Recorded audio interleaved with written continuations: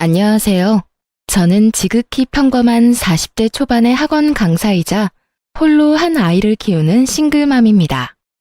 혹시 미꾸라지 한 마리가 온 웅덩이를 흐려놓는다는 말 알고 계시나요? 저는 그 미꾸라지와 미꾸라지의 가족들 때문에 피해를 보고 결국 이혼까지 하게 된 사람이에요.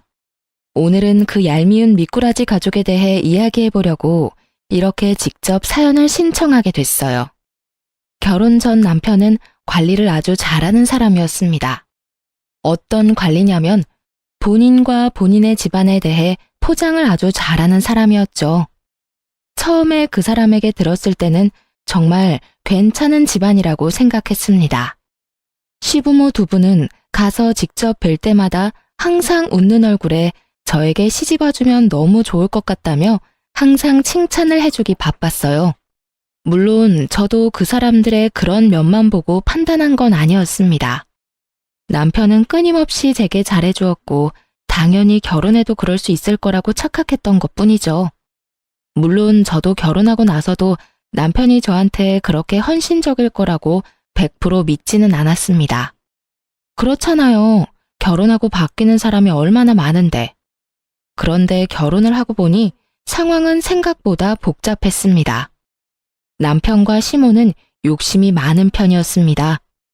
결혼 전에는 정말 전혀 몰랐던 부분이었습니다. 제가 가지고 있는 것들도 툭하면 욕심내며 지나가는 말로 우리한테 주면 안 되겠냐는 식으로 말하곤 했습니다. 처음에는 저도 농담을 하시는 거라고 생각했는데 듣다 보면 그게 아니라는 걸 알 수 있어요. 게다가 남편은 음식점을 운영 중이었습니다.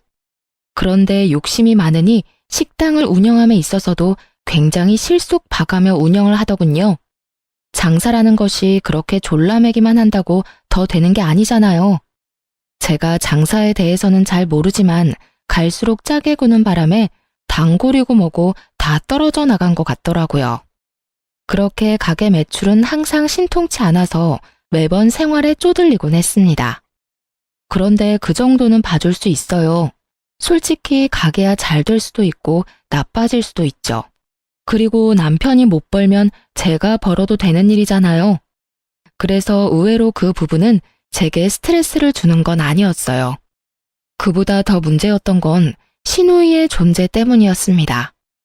남편과 시댁은 신우가 하는 말이라면 똥으로 매주를 쓴다 해도 믿을 정도로 이상하게 맹신하더군요. 처음에는 이상하게 생각했습니다. 왜 이렇게 신우에 대한 말을 다 믿을까? 하고요.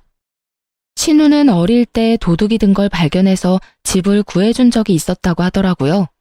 그리고 그 뒤로 집안 사람 모두 신우 말을 잘 듣는다고 하더라고요. 뭐 이해할 수 있는 일이긴 했습니다. 그런데 문제는 그런 신우가 결혼 후 저를 탐탁치 않게 생각한다는 거였어요. 결혼 전에는 새언니랑 친하게 지내는 게 좋을 것 같다며 과하게 친한 척하더니 1년 만에 제게 반감을 표했어요. 처음에는 왜 저를 저렇게 싫어하나 싶었는데 나중에 알게 됐어요. 신우 생일에 자기가 원하는 선물이 있었는데 제가 그때 남편 벌이가 시원찮아 10만 원짜리 선물을 줬거든요. 솔직히 잘 버는 것도 아닌데 그 정도 금액을 신우 선물로 쓰는 것도 좀 버거웠는데 신우는 자기에게 그런 약소한 선물을 준 게 엄청 싫었나 보더라고요.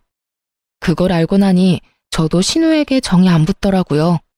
게다가 신우가 저에게 가장 많이 했던 말이 있는데 그게 정말 짜증났거든요. 올케 언니는 정말 시집 잘 온 거예요.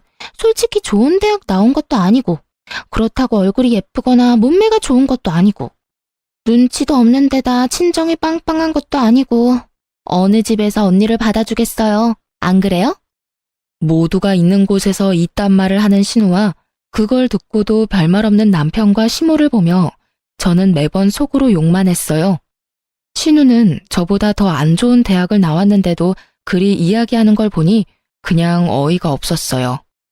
게다가 시댁 식구들도 마찬가지였어요.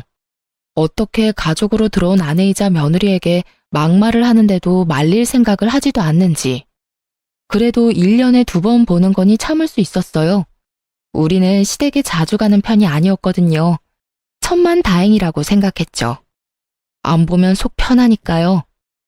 그런데 가정 내에서 그렇게 견고하던 시댁에서의 신우 입지가 떨어진 일이 생기게 됐죠. 신우는 대학 졸업 후 눈만 높아졌는지 대기업 취업을 한다며 시댁에 눌러 앉았어요.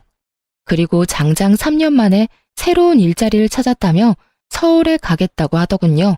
그리고는 그게 무슨 큰일이라고 가족들을 모두 시댁에 불러 모았습니다. 그리고 하는 말이라고는 참 어이없는 말이었죠. 나 서울 갈 거야. 좋은 직장이 있어서 아는 사람이 그쪽으로 오라고 하네.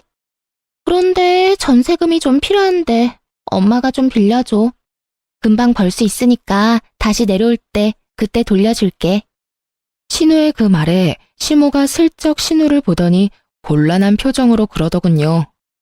예, 집에도 지금 돈 한 푼 없어. 거짓말하지 마. 돈이 왜 없어? 나 취직도 못하고 여기서 썩으라고? 아니 무슨 전세금 할 만한 돈도 없어? 너희 오빠 결혼하면서 돈도 많이 썼고 이번에는 오빠 차까지 사야 해서 진짜로 돈이 없네. 시모는 자연스레 남편의 책임을 떠넘겼어요. 그걸 지금 말이라고 해? 오빠는 돈 없어? 엄마가 못해주면 여태껏 받아가기만 했던 오빠가 줘야지. 세 사람의 이야기에 저는 부엌에서 설거지나 하면서 남의 이야기 듣듯 하고 있었어요. 진짜 남의 이야기였으니까요. 남편과 저는 통장도 합치지 않고 살고 있었거든요. 각자 집의 일은 각자가 알아서 하기로 해서 별 생각 없이 설거지를 끝내고 거실로 돌아왔어요. 그랬는데 남편이 제게 이렇게 묻더군요. 당신 돈 좀 있지 않아? 얼마 전에 장인어른한테 돈 받기로 한 거 있잖아. 남편이 뜬금없이 꺼낸 건 친정아버지가 제게 주기로 한 학원 개원 준비 자금이었어요. 결혼 후 애가 생기면서 일을 그만뒀고 경력 단절을 경험하던 저를 보다 못한 아버지가 학원을 개원할 수 있는 돈을 지원해주기로 한 거였거든요. 그리고 중요한 건 아직 받지도 않은 돈이었던 거예요. 저는 기분이 퍽 나빠졌어요. 그 돈이 무슨 돈인지도 알고 있었으면서 달라고 하다니. 저는 남편에게 단호하게 말했어요. 그 돈은 안 돼. 아버지가 아직 주신 것도 아니고 그걸로 아가씨 전세금이라니. 당신은 그 돈이 어떤 돈인지 알고 있으면서 어떻게 그걸 달라고 해? 잘 알지. 그치만 우리만 잘 살자고 하는 것도 그렇잖아. 어려울 땐 가족끼리 돕고 사는 거고. 자, 욕심은 그만 부리고. 그게 욕심이야? 우리 아버지가 나 개원하라고 준 돈을 왜 그렇게 써야 해?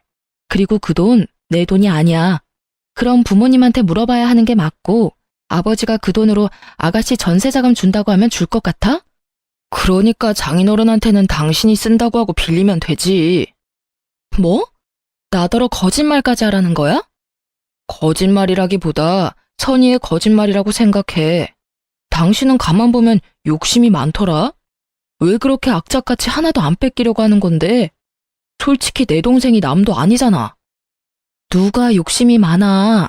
솔직히 우리 집 힘들 때 당신이 도와준 적 있어? 처가댁은 잘 살잖아. 뭘 또 도와주고 말고 해. 저번에 우리 부모님 강릉까지 친척 돌잔치 갈 때 차 운전 좀 해달라는 건 안 해줬잖아. 당신 쉬는 날이었는데도. 욕심은 당신이야말로 부리고 있는 거지. 우리는 적어도 당신한테 돈 달라고 한 적 한 번도 없어. 우리가 모은 돈이면 나도 당신한테도 권리가 있으니까 빌려줘도 상관없다고 생각해. 하지만 우리가 모은 돈도 아니고 우리 아버지 돈이야. 그 돈을 어떻게 나한테 그런 식으로 쓰라고 말할 수가 있어? 아, 그럼 어떡하라고. 동생이 필요하다는데 그런 것도 못 해줘? 내가 오빠인데. 오빠면 오빠답게 도와주면 되지. 어차피 이번에 새로 차 사기로 하고 어머님한테 돈 받은 거 있지? 그거랑 당신이 차 사려고 모아놓은 돈 아가씨한테 줘. 그럼 되겠네. 아니, 그 돈은 내 사업 미천이고 일할 때 필요한 차라서 사는 건데. 그럼 우리 아버지가 주신 학원 개업 준비 자금은 내가 놀려고 받는 거니? 나도 그건 내 밥줄이야. 솔직히 당신은 차 없어도 일할 수 있잖아. 그러면 당연히 동생을 위해서 당신이 양보해야 되는 거 아니야? 내가 아니라. 아, 정말 당신 진짜. 진짜 뭐, 내가 틀린 말 했어? 너한테 돈 있으니까 그 돈으로 아가씨 도우라는 게 뭐 그리 큰 잘못이야? 알았어. 내가 주면 되잖아. 결국 그렇게 남편은 자신의 새 차를 포기하고 신우에게 전세금 할 돈을 빌려줬습니다. 매달 돈을 갚는다는 조건으로 말이죠. 그런데 서울에 가서 일을 하겠다는 신우가 몇 달 만에 집으로 돌아왔더군요. 저는 잠깐 놀러 온 건 줄 알았는데 일주일 넘게 있는 걸 보니까 놀러 온 건 아닌 것 같았습니다. 그래서 슬슬 남편에게 물었어요. 아가씨 요즘 시댁에 자주 있는 것 같은데 휴가래? 아니야, 그런 거. 남편 목소리는 너무 좋지 않았어요. 기분 나쁜 표정을 보니 뭔가 있다 싶었죠. 그래서 남편에게 더 물어봤습니다. 그럼 일하러 간 사람이 왜 여기로 와? 일 그만뒀대? 사직? 아, 어디 가서 말하는 것도 쪽팔리긴 한데 다단계였단다, 다단계. 같이 데리고 간 친구가 등 쳐먹고 날랐대. 그래? 안 됐다. 그래도 전세금 다시 받으면 그래도 당신 차는 살 수 있겠네. 그걸로 마음 풀어. 제가 한 말에 남편이 인상을 더 구겼어요. 아, 전세금에도 뭔가 문제가 있구나 하는 걸 바로 느꼈습니다. 그 기집애가 매달 갚겠다면서 빌려가 놓고는 딱 한 달 갚고는 그 뒤로는 안 갚더라고. 이번에 내려왔을 때 완전 빈털터리로 와서 물어봤더니 전세금도 모조리 빼서 다단계에 다 집어넣으셨답니다. 아, 내가 어이가 없어서. 그 돈이 어떤 돈인데? 내가 악착같이 모아서 새 차 사려고 그렇게 아등바등 모은 돈인데 그걸 싹 다 날렸대. 그 이야기를 듣는데 어찌나 웃기던지 저는 웃음을 참느라 허벅지를 꼬집어야 할 정도였습니다. 솔직히 전세금을 날린 건 너무 아까웠어요. 하지만 그 돈으로 차를 산다는 것도 저는 너무 아깝다고 생각을 했었거든요. 그렇지만 본인 돈이니 저는 어떻게 할 도리가 없었고 그 와중에 사고치는 동생한테 빌려줬다가 다 날린 걸 들으니 어이도 없었죠. 하지만 이걸로 남편과 시무는 아가씨가 생각보다 그리 똑똑하지 않다는 걸 느끼게 된 것 같았습니다. 당연하죠. 그 큰 돈을 빌려줬다가 싹 다 말아먹었는데 아가씨에 대한 신뢰가 남아있을 리가 없잖아요. 저는 그 아까운 돈으로 남편이 좋은 경험했다고 생각했어요. 믿을 수 있는 사람과 믿을 수 없는 사람을 빨리 구분하는 건 더 큰 문제를 예방할 수 있는 좋은 예방접종이 될 테니까요. 남편이 믿던 도끼에 발등 찍히던 때 저는 개원한 학원에서의 일이 잘 풀려 돈도 잘 벌고 있었기에 남편의 괴로움이 눈에 들어오지 않았어요. 많이 바빴거든요. 신우는 시댁에 들어와 들러붙었습니다. 일도 하지 않고 부모 돈만 축내는 신우를 보다 못한 시부가 신우에게 일자리를 주선해줬어요. 시부 친구분이 하시는 중소기업에 취직을 하게 됐죠. 거기 취직하면서도 잔소리는 어찌나 많은지 너무 작은 회사다, 돈이 적다, 난리도 아니었어요. 그렇지만 오빠 돈까지 다 날려먹고 집에 붙어있는 상황이니 어쩔 수 없이 취직한 거죠. 오빠가 나서서 날려먹은 돈 빨리 일해서 갚으라고 하니 불평불만이 쑥 들어가 버렸거든요. 그렇게 집안이 좀 안정된 줄 알았는데 의외의 일로 그 평화가 깨졌어요. 제 SNS 때문에요. 하루는 신우가 아주 호들갑을 떨며 제게 말을 붙여오더군요. 올케 언니 SNS 보다가 정말 괜찮은 남자 봤는데 혹시 이 사람 결혼했어요? 신우가 콕 집어 보여준 남자는 저의 어린 시절 소꿉친구였어요. 어릴 때 같은 아파트에서 자란 친구로 저희 친정엄마와 그 친구 엄마가 친한 사이였거든요. 계모임도 여전히 하고 있기도 하고 일단 집이 가까워요. 저희 본가와 얘네 본가가 윗집 아랫집이거든요. 이 친구는 괜찮은 애였어요. 성격도 착하고 직업도 괜찮았죠. 그런데 딱 한 가지 때문에 여태 결혼을 하지 못하고 있었어요. 바로 가족 때문이었는데요. 홀어머니의 누나가 위로 셋이나 있는 결혼 상대자로서는 좀 부담스러운 가족 구성이었거든요. 그것만으로도 놀라는데 그 홀어머니 성격도 상상 이상이었거든요. 직원 수도 꽤 되는 에스테틱을 운영 중이신 세련된 분이에요. 그렇지만 친구인 우리들에게도 깐깐하게 구시는데 여자친구라고 하면 용모단정, 품행방정, 순종적인 여자가 아니면 눈에 들어오지도 않는 모양이더라고요. 저희 엄마가 이야기한 적 있었거든요. 저러다 아들 노총각 되어봐야 정신 차릴 거라고. 신우를 소개시켜주면 분명히 신우가 피볼 것 같다는 생각에 저는 일단 난색을 표했습니다. 아가씨, 이 친구는 안 될 것 같으니 다른 사람을 찾아보는 게 어떨까요? 그리고 원래 가족끼리 선자리 봐주고 그러면 나중에 말이 많아서. 에이, 그러지 말고 한 번만 소개시켜줘 봐요. 혹시라도 좋게 풀리면 엄마가 뭐라도 해주겠죠. 안 해줄걸요 하고 속으로 생각하며 저는 싱긋 웃었어요. 제 거부의 의사를 읽었는지 신우가 시모에게 쪼르르 달려가 이르더군요. 엄마, 올케 언니한테 남자 소개해달랬더니 안 된대. 엄마가 좀 어떻게 해줘봐. 시모는 제게 그 남자가 뭐 하는 사람인지 학력은 어떤지 꼬치꼬치 캐묻더라고요. 어머님, 이 친구는 아가씨가 좋아하는 유명 대학 나온 것도 아니고 집도 잘 사는 거 아니에요. 아니, 그럼 너는 우리 딸이 뭐가 모자라서 그런 남자 소개도 못 받게 하는 거야? 너 설마 우리 딸 무시해서 그런 행동하는 거니? 그런 거 아니고 아가씨가 항상 저한테 말하던 거 있잖아요. 이 친구도 대학도 좋은 곳 나온 것도 아니고 시댁이 빵빵한 것도 아닌데 혹시 소개시켜줬다가 아가씨한테 욕 얻어먹을까봐 그래요. 항상 제가 그렇다면서 욕하셨잖아요. 제 말에 신우가 어색한 표정으로 눈치를 보며 중얼거리더군요. 내가 언제 그런 말 했다고. 항상 그렇게 말해서 저는 아가씨한테 아무나 소개해주는 건 좀 꺼려져서요. 욕먹는 건 저만 먹으면 되지. 굳이 친구 욕 듣게 만드는 것도 좀. 대놓고 신우의 행동을 꼬집어 반박하는 제 말에 시모가 버럭하더군요. 그런 소리를 뭐하러 가슴에 묻어놔? 그냥 철 모르는 애가 아무 말이나 짓거린 걸 가지고. 그걸 막아야 하는 게 어른의 할 일이라고 말해주려다 참았어요. 신우는 그 뒤로 쫓아다니며 제게 친구를 소개해달라며 난리더군요. 그쯤 되니 남편이 나섰습니다.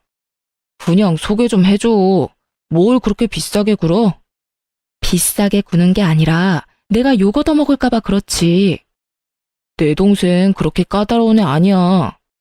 아가씨가 아닌데? 뭐? 내 동생이 어디가 별론데 퇴짜를 놔? 얼굴만 반반한 게. 대기업 다니잖아. 어쨌든 난 욕 얻어먹기 싫어. 그래서 안 해줄 거야? 끝까지 쫓아다닐 텐데. 그 이야기를 들으니 한숨이 나오더군요.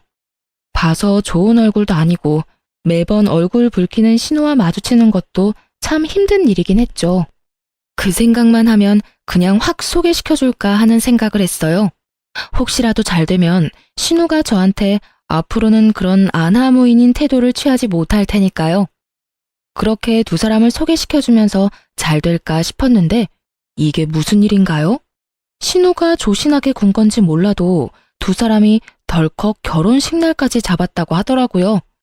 그 덕분에 저는 친구에게 상품권을 선물 받았어요. 솔직히 말하면 이 돈도 받을 기분이 나는 건 아니었거든요. 신우가 어떻게 내 친구와 그 시댁을 구워 삶아서 결혼을 했는지 모르겠지만 저 성격이 들통나지 않을 리가 없다고 생각했거든요. 그래서 저는 친구에게 받은 상품권으로 친구 집에 들어갈 가전을 해줬어요. 어차피 신우 집이고 결혼하면서 당연히 뭐라도 해달라고 당당하게 요구할 테니 이걸로 퉁치면 될 거라고 생각했죠. 그런데 신우의 성격이 드러날 것을 걱정하던 제게 들려온 건 뜻밖의 소식이었어요. 아가씨가 허구한 날 친정에 돌아와 시모를 붙들고 눈물바람을 일으키고 있다는 말이었죠. 남편에게 그 이야기를 듣고 처음에는 어안이 벙벙했어요. 그 신우가 못 버티고 이렇게 매번 운다고? 그렇지만 섣불리 관심을 둘 생각은 없었어요. 관심 있는 척이라도 하다가 불똥 튀면 큰일이라고 생각했거든요. 그런데 하루는 시모가 저에게 시댁에 잠시 오라고 하더군요. 일을 마치면 꽤 늦은 시간이라 다음날 가겠다고 했는데 오늘 당장 오라며 강조하길래 어쩔 수 없이 저녁에 지친 몸을 이끌고 시댁으로 갔어요.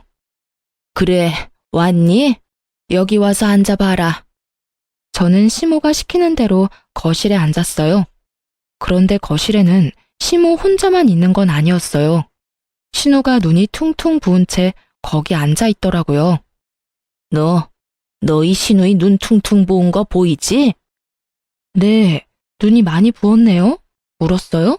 올케 언니, 어떻게 그렇게 모르는 척 할 수가 있어요? 척이 아니라 진짜 몰라요. 저 지금 방금 여기 왔거든요. 내가 지금 시댁에서 어떤 취급 당하는지 올케 언니는 다 들어서 알고 있잖아요. 물론 아무것도 몰랐습니다. 그 친구랑 소꿉친구라고 해도 그렇게 세세한 것까지 이야기하는 친구는 아니었고, 두 사람의 일과 관련된 건 절대로 제게 이야기하지 말라고 그 친구에게 신신당부를 해뒀거든요. 중간에서 끼이면 골치 아프니까요. 누구한테 뭘 듣는데요. 시댁에서 일이 있었으면 시댁 가서 풀어야지. 여기 와서 저를 부르면 일이 해결이 돼요? 엄마, 봤지? 올케 언니 진짜 냉정해. 자기가 나를 이렇게 만들어 놓고. 제가 아가씨 온 거랑 무슨 상관이 있는데요. 알아듣게 이야기를 좀 해봐요. 오늘 얘 시어머니가 얘한테 뭘 시켰는지 아니? 일 그만두고 남편 내조나 하라고 했단다. 이게 세상에 어느 나라 일이야? 여자는 왜 일도 못하게 해? 내조 하라면 할 수 있어. 그런데 일 그만두고 어머니 따라다니면서 하나부터 열까지 다 배우라잖아. 저번엔 제사 지내면서 내가 아무것도 모른다고 어머님이 얼마나 구박을 하는지. 아니, 어떻게 첫 술에 배가 불러. 나중에 하다 보면 다 늙게 되어 있는 건데. 그제야 언뜻 감이 왔어요. 완벽을 추구하는 신우의 시모와 그저 놀면서 식탁에 숟가락만 얹고 싶은 신우 사이에 알력 다툼이 생긴 것 같더라고요. 친구가 대기업을 다니면서 돈 버는 건 나쁘지 않으니 신우에게 일 그만두고 시모와 다니며 집안일이며 시댁 관한 일들을 가르쳐줄 생각이었던 것 같더라고요. 그런데요? 그런데요? 지금 그런데요라는 말이 나와요? 언니가 날 그 사람한테 소개시켜줬잖아요. 왜 그때 시댁이 이런 곳인지 이야기도 안 해줬어요? 제가 그 집에 시집 가본 것도 아닌데 그 집에서 며느리를 어떻게 대하는지 제가 어떻게 알아요. 그리고 서로 좋아서 결혼했으면 그런 일이 있을 때는 남편한테 이야기해야지. 왜 저한테 와서 이야기하시는 거예요? 지금 말하는 의미를 모르겠네요. 올케 언니가 소개시켜줬으니까 언니가 책임져야죠. 어이없는 신우 말에 저는 눈만 껌뻑거리고 있었어요. 제가 뭘 들었나 싶었거든요. 허구한 날 애가 울면서 친정에 오는데 어떻게 가만히 있어? 네가 소개시켜줬으니까 네가 책임져. 언제는 소개시켜달라고 소개시켜주라고 그렇게 난리를 치더니 이제 상황이 조금만 바뀌니 도리어 제게 책임을 지라고 하다니 정말로 어이가 없었어요. 어머님, 책임을 어떻게 질까요? 솔직히 저 그때 소개 안 해주겠다고 계속 거절했었잖아요. 그런 저를 소개해주라고 설득한 게 어머님이랑 남편이었고 결국 제가 세 사람 등살에 못 이겨 소개를 시켜드린 거잖아요. 그런데 무슨 책임을 어떻게 지라고요? 언니가 우리 시댁에 전화해서 나 좀 그만 괴롭히라고 해줘요. 진짜 나 미치겠어요. 제사는 뭐가 그렇게 많은지 게다가 행사도 많고 매번 그런 일 있을 때마다 요리며 청소며 나한테 다 맡기고 이건 며느리가 아니라 노비잖아요. 그러니까 언니가 책임지고. 신우의 울먹이는 말에 저는 웃음이 나오는 것을 억지로 참았어요. 아가씨, 저는 그 집안 사람과 그런 이야기를 나눌 만큼 가까운 사람이 아니에요. 아시겠지만 엄마끼리 친한 것뿐이고 저는 그 친구 어머님이랑 따로 대화를 나눠본 적도 거의 없어요. 그런 제가 뭐라고 아가씨 시어머니에게 이야기를 해요? 솔직히 그건 선을 넘는 거라고 생각해요. 그러니까 이 부분은 아가씨가 감당할 문제죠. 그래서 책임 못 진다는 이야기예요? 너무 하잖아요. 언니는 우리 집 시집 와서 이렇게 편하게 사는데 왜 나는 거기서 노비처럼 부려먹혀요? 책임져요. 책임지라고요. 마치 어린애가 떼쓰듯 소리 지르는 신우를 보며 저는 고개를 절레절레 저었어요. 아가씨, 결혼은 제가 했나요? 아가씨가 했지. 저 아가씨 결혼하라고 등 떠민 적 없어요. 본인이 한 행동에 책임은 본인이 지셔야죠. 하물며 결혼이라는 큰일에 제가 협박이라도 했으면 모를까 말리려던 사람한테 책임지라고 하는 건 아닌 것 같네요. 올케 언니. 빽 소리를 지르는 신우를 보며 저는 소파에 놔두었던 가방을 어깨에 걸었어요. 그리고 어머님, 아가씨가 시댁일로 마음 고생하는 거 싫으셨으면 사돈댁에 직접 말씀해 주세요. 저한테 말해봤자 바뀌는 거 없고 해줄 수 있는 것도 없고 그냥 서로 마음만 상하니까요. 제가 그렇게 이야기하자 시모가 얼굴 한가득 당황한 표정으로 저한테 소리를 지르더군요. 너 어디서 그런 말을 시어머니한테 해? 그럼 어머님이 저한테 그 일을 책임지라고 한 건 상식적으로 맞는 말이긴 해요. 결혼을 내가 하라고 등 떠민 것도 아닌데 바쁜 와중에 이리저리 휘둘리며 시댁까지 불려온 제 생각은 안 해보셨죠? 아니, 뭔 놈의 시댁이 매번 이딴 식이야? 내가 한 일도 아닌데 책임을 지라니. 결국 최대한 참고 넘기려던 저도 빵 터지고 말았고 그때 시댁 현관문이 열리며 남편이 들어왔어요. 오빠, 올케 언니 좀 봐. 엄마한테 대들어서 지금 난리도 아니야. 뭐? 그게 무슨 소리야? 그 사람이 그럴 일이 없는데? 가서 한번 보라고. 남편이 뛰어들어오자 시모가 한마디 하더군요. 아이고, 내가 집안에 사람을 잘못 들였어. 시어미를 이렇게 홀대하고 막대하는 며느리인 줄 알았으면 머리 싸매고 널 반대했을 게다.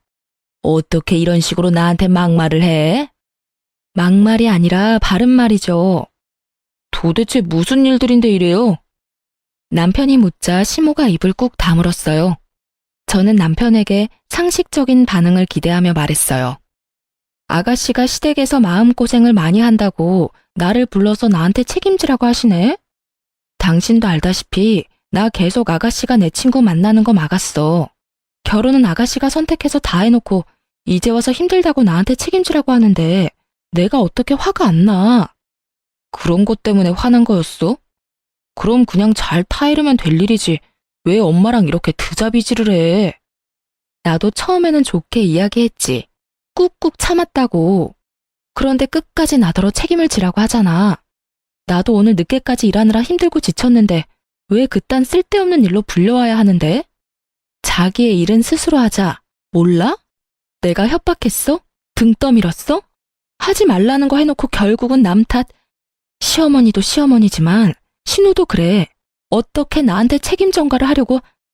오빠, 이거 봐. 우리 집에 아주 이빨을 드러내잖아. 푸념 정도는 할 수 있잖아. 그걸 못 참고 엄마랑 나한테 화를 내고. 그게 푸념이에요? 힘든 사람 불러서 정신적으로 한계까지 몰아붙이는 게. 오빠, 이 상황은 모두 새언니가 잘못한 거야. 아니다. 엄마가 올케 언니한테 위자료 청구하면 되지. 거기에 나에 대한 정신적 위자료까지 청구하고. 여태까지 우리가 새언니한테 못한 게 뭐가 있어? 새언니가 우리한테 못한 것만 가득인데. 그거 가족끼리도 가능한 건가? 선을 훨씬 넘어버린 신우의 말과 거기에 동조하는 듯한 남편의 말에 저도 열이 심하게 받았어요. 당신 진짜 왜 이래? 뭐? 정신적 위자료? 그 돈 줄 바엔 차라리 당신이랑 이혼을 하고 말지. 근데 당신이 시댁까지 와서 이렇게 행패 부리고 있는 건 사실이잖아. 지금 꼴을 보라고. 당신이랑 어머님은 아가씨가 하는 말이라면 똥으로 매주를 쓴데도 믿을 사람들이잖아. 거기다가 지금 이 상황에서 누가 봐도 피해자는 나라고. 나는 아무것도 모르고 일하다가 어머님한테 불려서 여기까지 와서 이런 소리 듣고 있는 거라고. 근데 왜 내가 정신적 위자료를 줘야 하는데? 내가 받았으면 받았지. 정말 당신 나하고 이혼하고 싶어서 그래? 참다 못한 저는 강력한 한 방을 날렸습니다. 솔직히 말해서 이게 이혼까지 갈 상황은 아니라고 생각은 했어요. 하지만 저 사람들 하는 이야기 들어보니 제가 이 정도로 세게 나가지 않으면 해결될 게 아무것도 없을 것 같더라고요. 역시나 그런 생각이 먹혀든 건지 남편은 제게 미안하다며 변명을 하더군요. 여보, 이혼이라니. 나는 그런 생각으로 한 이야기 아니야. 그런 말 하는 게 얼마나 자기 딴에는 마음이 안 좋았겠어. 뭐야, 오빠? 지금 언니 편 드는 거야? 내가 있는데. 내가 지금 이렇게 힘든데 왜 언니 편을 드는 거야? 넌 좀 가만히 있어. 여보, 미안해. 앞으로는 그런 실언 안 할게. 헤어지다니. 우리 애도 아직 어리고. 남편이 저 자세로 나올 수밖에 없는 이유를 저는 잘 알고 있었습니다. 지금 현재 우리 집에서 돈을 더 많이 버는 사람은 저였거든요. 거의 모든 가게의 생활비를 담당하고 있다 보니 저에게 매달릴 수밖에 없었겠죠. 그렇지만 솔직히 용서가 되지를 않더라고요. 어떻게 신우 말 한마디에 저한테 정신적 위자료 운운할 수 있는지. 그래서 당분간 냉랭한 시간이 지속됐죠. 저는 제가 당연히 화를 내도 되는 상황이라고 생각했어요. 사과만 하면 다인가요? 제가 이미 상처를 다 받았고 시댁이 제게 상처를 준 장본인들인데. 그런데 며칠 뒤에 청천벽력 같은 말을 남편이 제게 하더군요. 할 이야기 있어. 잠깐 가게로 와. 나 이제 불려가고 그러는 거 싫으니까 당신이 집에 와서 얘기해. 일방적인 통보에 저도 일방적인 통보로 응수했습니다. 그날 저녁 남편이 집으로 걸어 들어오는데 표정이 그리 좋지 않더군요. 무슨 할 말인데? 빨리 해. 피곤해서 씻고 자고 싶으니까. 우리 이혼하자. 당신이 우리 엄마랑 동생한테 그동안 나쁘게 대한 것 솔직히 용서하고 싶지 않아. 당신이랑 나랑 잘 안 맞는 것도 안 맞는 거지만 우리 집이랑 당신이 너무 안 맞아. 다 필요 없으니까 우리 이혼해. 저는 정말로 당황했습니다. 왜 갑자기 이 남자 입에 이혼하자는 말이 나온 건지요? 제가 이혼하자고 말해도 모자랄 판인데. 이혼? 당신 진짜 나한테 이혼하자는 거야? 그래, 이혼. 당신이 하고 싶다고 했던 이혼. 재산 분할이며 위자료며 다 법대로 처리할 거야. 나중에 별말 나오지 않도록. 괜찮지? 위자료 같은 소리하고 앉아있네. 이보세요. 위자료는 잘못한 사람이 피해를 당한 사람한테 주는 거야. 지금 이 상황에서는 누가 보나 내가 피해를 당한 사람이라고. 지나가는 사람 100명 붙들고 100명한테 물어봐. 다 당신네 가족들한테 문제가 있다고 할걸? 그런데 뜬금없이 나한테 위자료? 그거야 소송해보면 될 일이고. 어쨌든 이혼하자. 당신이랑 더는 같이 살고 싶지가 않아. 정말 어이가 없었습니다. 이렇게 일방적이고 갑작스럽게 이혼을 통보할 수 있나요? 싸워서 홧김에 그렇다고 하기에는 남편이 서류까지 들고 왔더라고요. 열은 받았지만 그래도 이렇게 갑작스러운 일에 저도 감정적으로 대응할 수 없어서 남편에게 시간을 갖자고 말했어요. 일주일만이라도 저는 그 일주일 안에 남편의 마음이 왜 변했는지를 찾아보려고 했거든요. 그런데 의외의 장소에서 알게 됐어요. 이혼을 이야기하러 남편 가게에 들렀는데 남편이 잠시 직원만 놔두고 화장실을 갔더라고요. 그때 노트북 화면에 남편이 나누고 있던 메신저 대화 내용이 눈에 보이더라고요. 실시간으로 대화 내용이 갱신되는데 보다가 뒷목 잡을 뻔했어요. 신우랑 나눈 대화였는데 고 여우 같은 신우가 남편에게 열심히 바람을 불어넣고 있더군요. 내가 알아보니까 혼인 후에 마련한 재산은 재산 분할에 들어간대. 내가 저번에 말했잖아. 언니가 개원한 학원도 재산 분할 들어간다고. 그러면 못해도 오빠가 돈 더 많이 받지 않겠어? 게다가 언니가 우리 집에서 못되게 굴던 거 증거 찾아서 위자료 소송해도 되고. 어딜 보나 오빠한테는 이득이지. 갑자기 이혼하자는 건 결국 돈 때문이었어요. 그러면서 재산 분할 나오면 꼭 너한테도 떼어줄 테니 걱정 말라는 남편놈 대답까지 다 봤어요. 그걸 보고 나니 남편과 대화를 하려고 기다릴 필요가 없더군요. 나가려던 그때 남편놈이 들어오더군요. 순식간에 꼴 보기 싫어지더군요. 무슨 이야기 하러 왔어? 나 설득하려는 거면 이혼하자. 당신이 이렇게 이혼하자는데 내가 매달릴 필요가 없지. 솔직히 지금 이혼해봐야 손해보는 건 당신이고 그 이야기 하려고 온 거야. 그럼 이혼 서류 내놔. 내가 지금 당장 작성해서 줄 테니까. 정말? 제가 이혼을 해주겠다고 하니 남편놈이 갑자기 당황하더라고요. 왜? 내가 안 해줄 것 같았어? 해줄게. 하면 되지. 뭐가 문제야? 나중에 딴 말하기 없기야. 그리고 진짜로 법대로 다 나누기로 하는 거 알지? 안다니까. 걱정하지 마. 저는 남편놈의 얄팍한 수에 코웃음을 치며 이혼을 하기로 했어요. 그리고 이혼은 소송으로 진행됐습니다. 저도 변호사를 찾아갔죠. 그리고 이혼 판결이 났는데 남편이 제게 위자료를 지급하고 재산 분할도 제가 원하는 것만큼 나왔더라고요. 그런데 판결 이후 남편 놈에게서 전화가 왔어요. 받지 않으려니 제 학원까지 쳐들어왔더군요. 결국 밖으로 데려나가서 이야기를 했어요. 전 남편은 지나치게 흥분한 상태였어요. 당신 중간에 무슨 짓 했어? 재산 분할도 엉망진창이고 위자료는 내가 왜 당신한테 줘야 하는데? 왜? 뭐가 잘못됐어? 아, 내가 있는 학원이 재산 분할에 들어가지 않은 것 같아서 그래? 제 말에 전 남편이 허를 찔린 듯 아무 말을 못하더군요. 내가 그 속셈 모를 줄 알았어?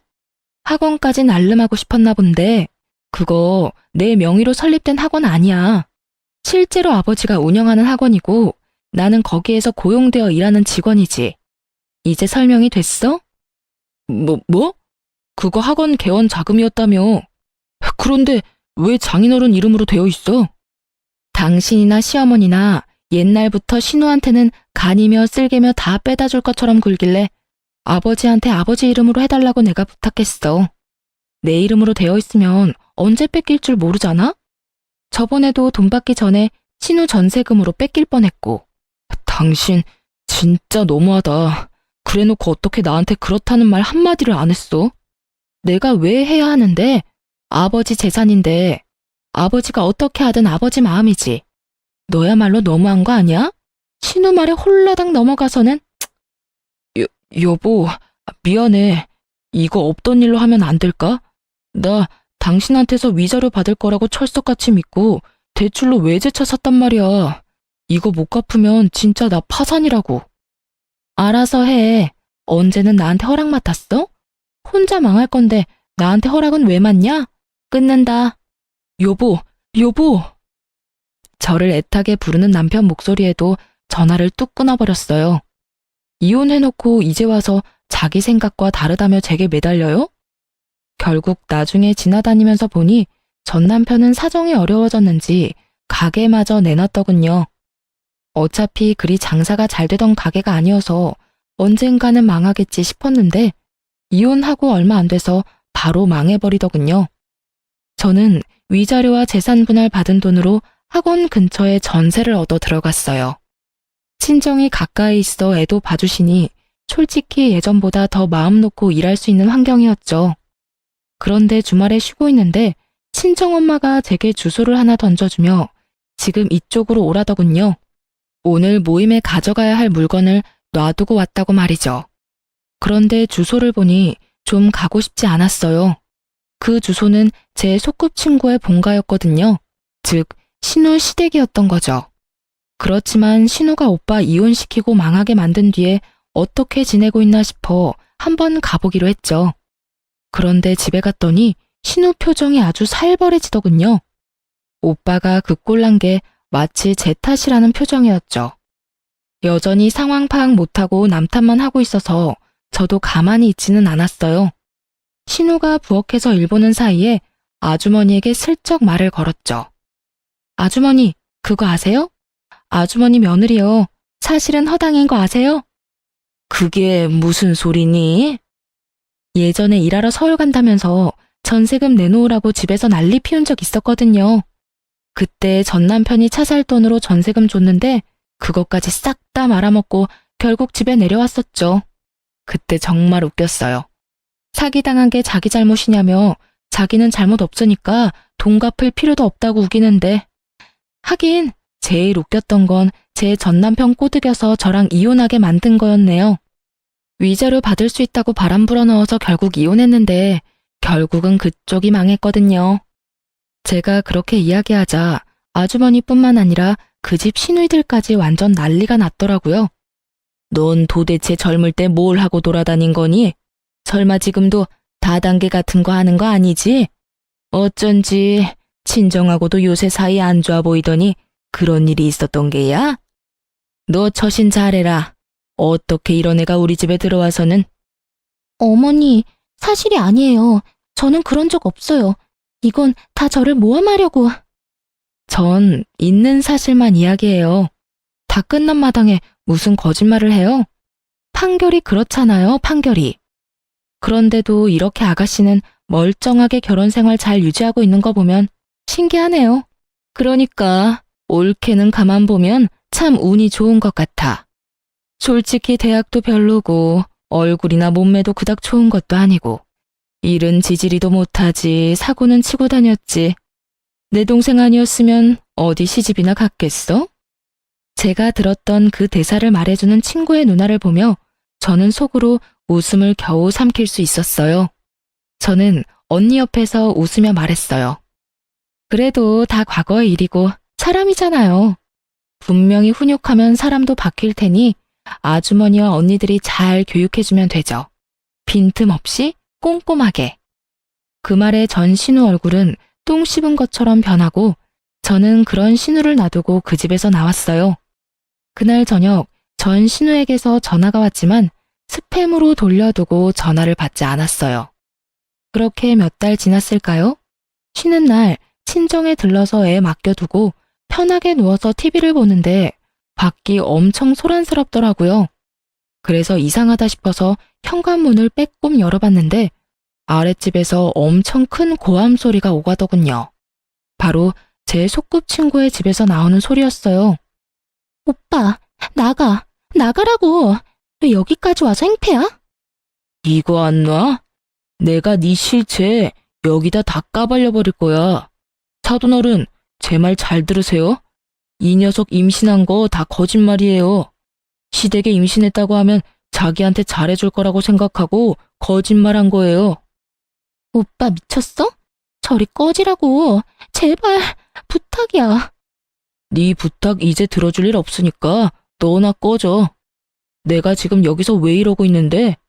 네가 나한테 바람 넣어서 결국 와이프랑 이혼하고 가게까지 팔아먹고 배달일 하는 게 고작이야.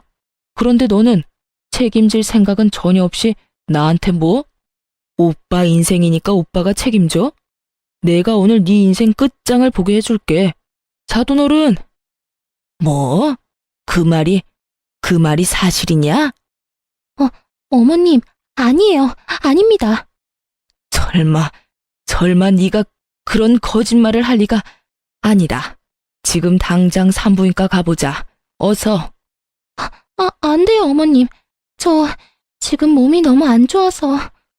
당장 가자는데도 뭐 하는 거야? 그래, 거짓말이 맞구나. 네가 나한테 거짓말을 했어. 내가 손주를 얼마나 기다렸는데 네가 네 년이 이 집에 들어오고부터 우리 집에 망조가 들었어. 안 되겠다. 너 당장 나가. 내 집에서. 그리고 우리 아들 집에서도 당장 짐 싸서 나가. 당장 안 나가면 경찰 불러서 쫓아낼 거야. 어머님, 용서해주세요. 너무 힘들어서 그랬어요. 결국 두 사람 모두 아랫집 아주머니에 의해 쫓겨났더군요. 저는 거기까지 듣고 조용히 저희 집으로 올라왔어요. 서로가 서로에게 독이 되어버린 남매를 보며 저는 몰래 본가에서 고소하게 웃었어요. 제 인생 망치려고 할 때 자기 인생은 완벽할 줄 알았던 두 사람이 결국은 서로를 저격하는 바람에 본인들 인생까지 조져버렸네요. 다른 사람을 괴롭힐 때는 자기도 그렇게 당할 수 있다는 생각을 두 사람은 평생 안 해본 것 같아요. 원래 다 뿌린 대로 거두는 법인데 말이죠. 역시 다른 사람한테 패 끼치며 살면 안 된다는 걸 또 배웠네요. 여러분, 그럼 지금까지 제 사연 시간 내서 들어주셔서 감사합니다. 오늘도 좋은 하루 되세요.